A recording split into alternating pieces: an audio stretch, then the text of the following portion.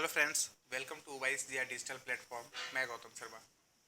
Friends, आज का हमारा वीडियो है एमएस एक्सेल में डेली सेल्स रिपोर्ट कैसे क्रिएट करते हैं। डेली सेल्स रिपोर्ट का अर्थ ये होता है कि प्रतिदिन जो हमारे शॉप में बिक्री होती है उसकी एक रिपोर्ट क्रिएट करनी पड़ती है। तो उस रिपोर्ट को हम कैसे क्रिएट करेंगे, यहाँ पे आप देख रहे होंगे सबसे ऊपर कंपनी के नेम, एड्रेस, फिर जो आपका रिपोर्ट है वो रिपोर्ट नेम, मंथ नेम। आगे बढ़ते हैं हम लोग। यहाँ पे डेट वाइज आपको शो कराना पड़ेगा कि किस डेट को कितने आइटम्स हमारे सेल हुए। तो यहाँ पे मैंने डेट में स्टॉक ऊपर रख दिया और यहाँ पे एमआरपी रख कर दिया कि उस स्टॉक का क्या एमआरपी है। नेक्स्ट है, यहाँ भी वही चीज़ है, कीबोर्ड यहाँ पे एमआरपी मैं कर दिया 200। और यहाँ पे फॉर्मेटिंग में हमें करना क्या है, क्लोजिंग स्टॉक देना है। क्लोजिंग स्टॉक जो हमारा रेस्ट स्टॉक होता है उसके बारे में चर्चा करनी पड़ती है। नेक्स्ट, सेलिंग क्वान्टिटी कि हमने कितने मात्रा में सेल किया। नेक्स्ट है अमाउंट कि सेल किया तो वो कितने अमाउंट का मैंने सेल किया। फिर नेक्स्ट में भी सेम प्रोसेस होता है जैसे कीबोर्ड के लिए भी, क्लोजिंग स्टॉक, सेलिंग क्वांटिटी और अमाउंट। हम चाहे यहाँ पे आगे जितनी भी फॉर्मेट को बढ़ाना चाहिए या स्टॉक को बढ़ाना चाहे तो आप यहाँ पे बढ़ा सकते हैं और उसी हिसाब से यहाँ पे क्लोजिंग स्टॉक, सेलिंग क्वांटिटी और अमाउंट भी क्रिएट कर पाएंगे। फ्रेंड्स, अगर आपने अभी तक हमारे चैनल को सब्सक्राइब नहीं किया तो प्लीज़ हमारे चैनल को सब्सक्राइब करिए।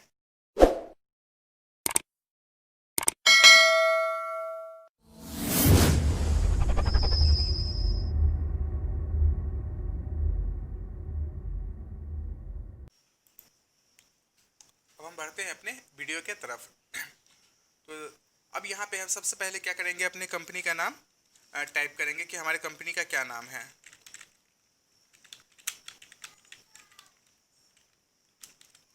तो यहाँ पे मैं लिख देता हूँ कंप्यूटर सेल्स सर्विस। अब नीचे हमें क्या करना है, एड्रेस दे देना है। थोड़ा सा पेज जूम कर दे रहा हूँ। एड्रेस, कंपनी का एड्रेस की कंपनी है कहाँ पे, है ना।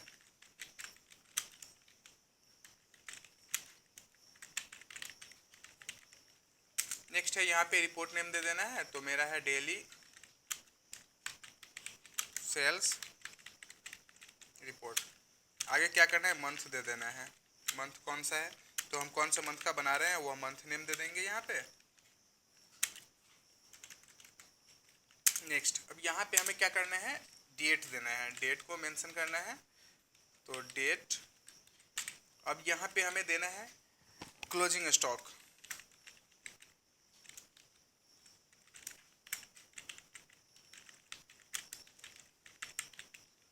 नेक्स्ट वाले में सेलिंग क्वांटिटी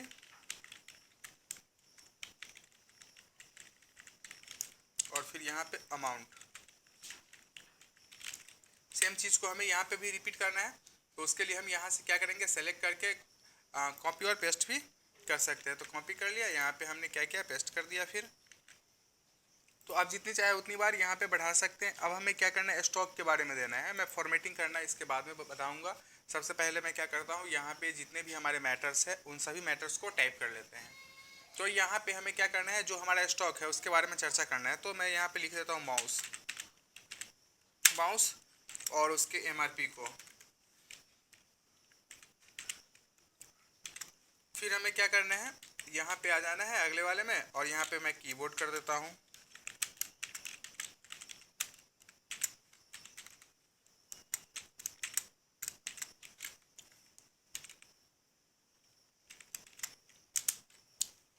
अब हमें यहाँ पे डेट देना है। डेट के लिए हम दे देते हैं 1 जुलाई 2020।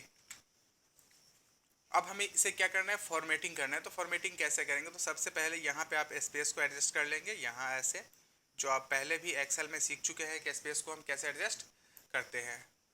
तो यहाँ से सबके लिए आप यहाँ देख सकते हैं, डबल क्लिक करके भी यहाँ पे कर सकते हैं या तो फिर ऐसे बढ़ा भी सकते हैं। फिर यहाँ आ गए, तो जितने भी हमारे पास है उन सभी का हम फॉर्मेटिंग कर लेते हैं स्पेस का।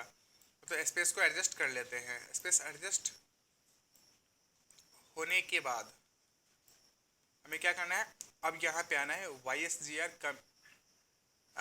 कंप्यूटर सेल्स एंड सर्विस पे। जो हमारा शॉप नेम है यहाँ से हम क्या करेंगे, ऐसे सेलेक्ट कर लेंगे। लास्ट तक, जो हमारे यहाँ पे अमाउंट हो रहा है वहाँ तक।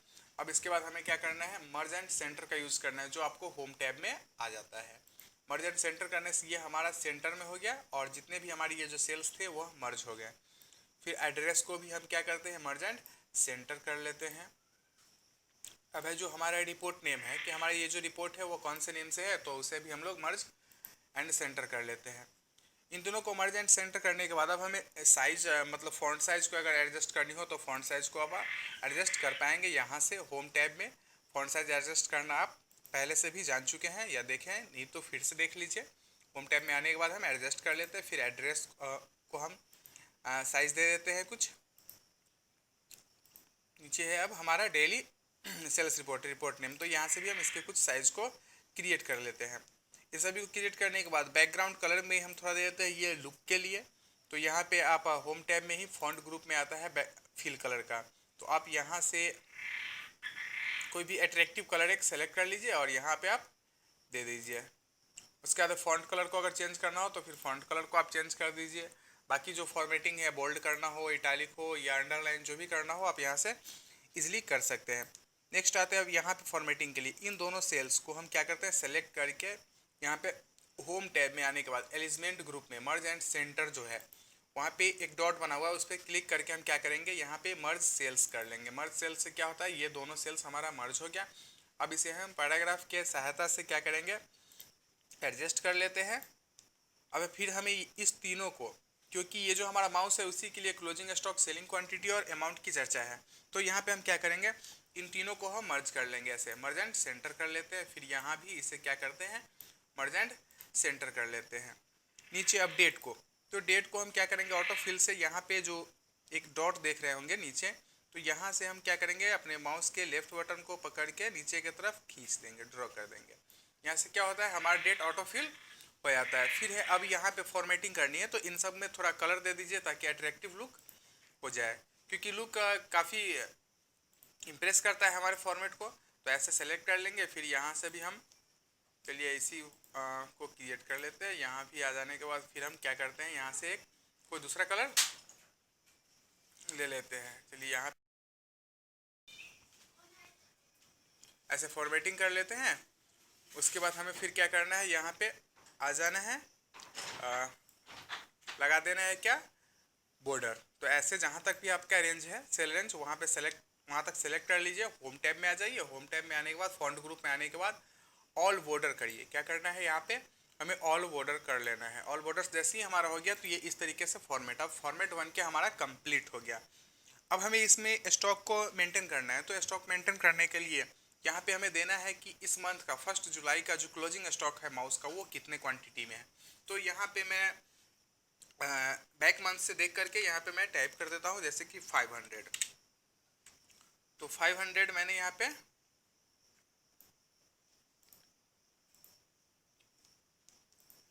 लिख दिया। उसके बाद अब हमें सेलिंग क्वांटिटी निकालनी है। मतलब सेलिंग क्वांटिटी तो मेरा 1 जुलाई को सेल हुआ 2 पीस, तो मैं यहाँ पे 2 लिख देता हूँ। फिर आया था अब अमाउंट पे। तो अमाउंट के लिए हमें क्या करना है, अमाउंट के लिए हमें फंक्शन लगाना है, मतलब फार्मूला एक यूज करना है। वो क्या है, तो सबसे पहले हम देंगे इक्वल टू। इक्वल टू देने के बाद हमें उसका क्या करना है, कॉस्ट क्या है, तो माउस का कॉस्ट है 100 रुपीज़, तो 100 कर दिया इंटू। अब है सेलिंग क्वांटिटी। सेलिंग क्वांटिटी हो गया हमारा C के 6 में, तो यहाँ पे मैं लिख देता हूँ C6।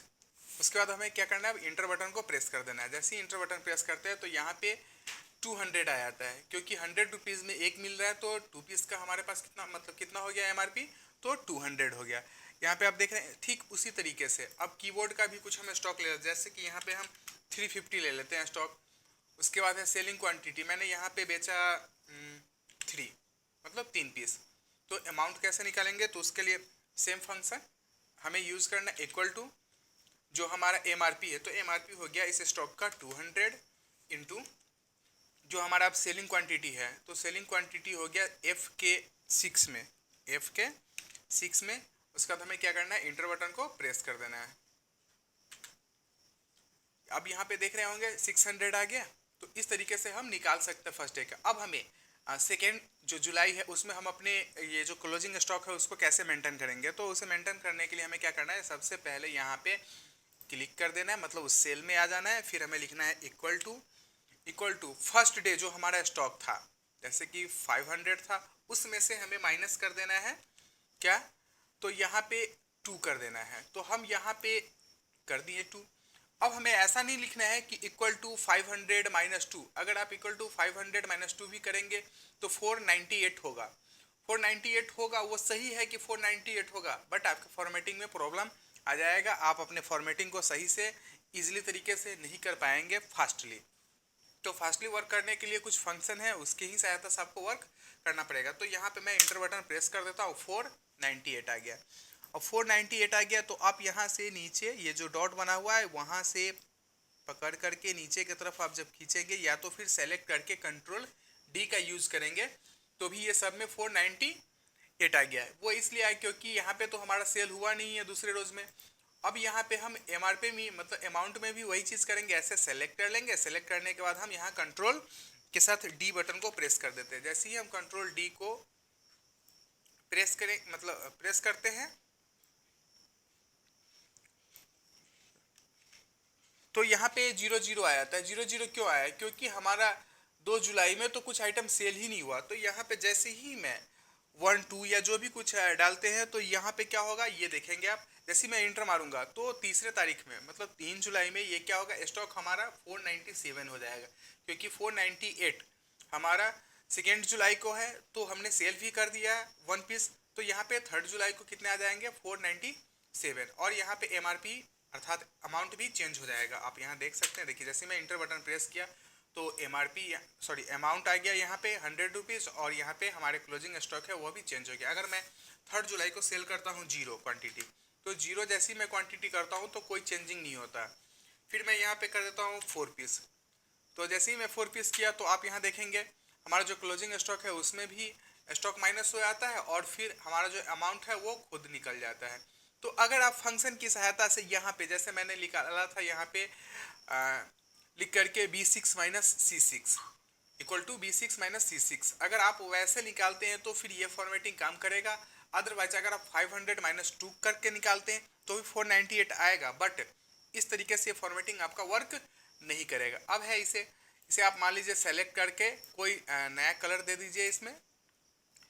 अब आप अपने ऑपरेटर को बोल दीजिए कि भाई इसमें आपको कोई चेंजिंग नहीं करनी है, आपको सिर्फ क्या करना है, जो क्लोजिंग स्टॉक है उसे जब स्टॉक बढ़ता है तो मेंटेन कर देना है, और फिर सेलिंग क्वांटिटी लिख देनी है। अमाउंट में कोई बदलाव नहीं करना है, अमाउंट खुद ब खुद निकल जाएगा। उसके बाद नीचे आप फिर एक फंक्शन लगा लीजिए यहाँ पे टोटल का, जो आप पहले भी जान चुके हैं टोटल कैसे निकालते हैं। तो यहाँ से लेकर के यहाँ तक के लिए टोटल का एक फंक्शन लगा करके आप ऐड कर दीजिए। इससे क्या होगा कि आपके टोटल अमाउंट कितने, मतलब टोटल कितना अमाउंट हुआ उस क्वांटिटी का, तो आप यहाँ पे देख सकते हैं। फिर यहाँ भी नेक्स्ट स्टॉक के लिए भी आप वैसे ही कर सकते हैं, जैसे कि फर्स्ट में रूल्स लगे हैं, ठीक सेकेंड स्टॉक्स में भी हमारे वही रूल्स के साथ सारे वर्क हो जाएंगे। इस तरीके से आप जितने भी चाहें उतने स्टॉक्स का स्टॉक आइटम मेंटेन कर सकते हैं। Thanks for watching. फिर मिलते हैं फ्रेंड्स नेक्स्ट वीडियो।